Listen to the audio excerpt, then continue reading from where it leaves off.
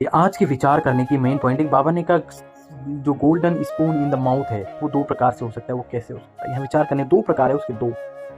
एक बाबा ने मतलब दो मतलब संपन्नता भरपूरता कैसे हो सकता है। उसके लिए बाबा ने कहा तुम्हें भक्ति में जो दान पुण्य करते हो और ज्ञान में पढ़ाई से, भक्ति में दान पुण्य करने से और बाबा के घर में यज्ञ में बाबा के द्वारा पढ़ाई पढ़ने से हमें वो प्राप्त हो। बाबा ने कहा भक्ति में दान पुण्य करते हैं तो राजा या साहूकार के पास जन्म लेते हैं, लेकिन ये सब हद की बातें हैं। उनके घर में जन्म लोगे बनोगे नहीं, बनोगे बाबा की पढ़ाई से।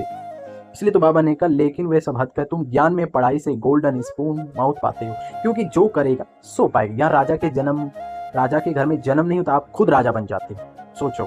लेकिन उसका आधार है पढ़ाई। बाबा ने कहा बेहद की बातें हैं, भक्ति में पढ़ाई से राजाई नहीं मिलती। यहाँ जो जितनी अच्छी रीति पढ़ता है उतना ऊंच पद पाता है।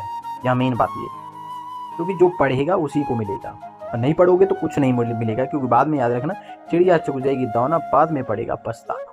इसलिए दो पॉइंट याद रखना है, ज्ञान में पढ़ाई से राजाई मिलती है, भक्ति में दान पुण्य करने से मिलती है। भगवान पढ़ाने आए तो पढ़ो समझो, नहीं तो चिड़िया चुगेगी दाना, बाद में पड़ेगा पछताना। ओम शांति।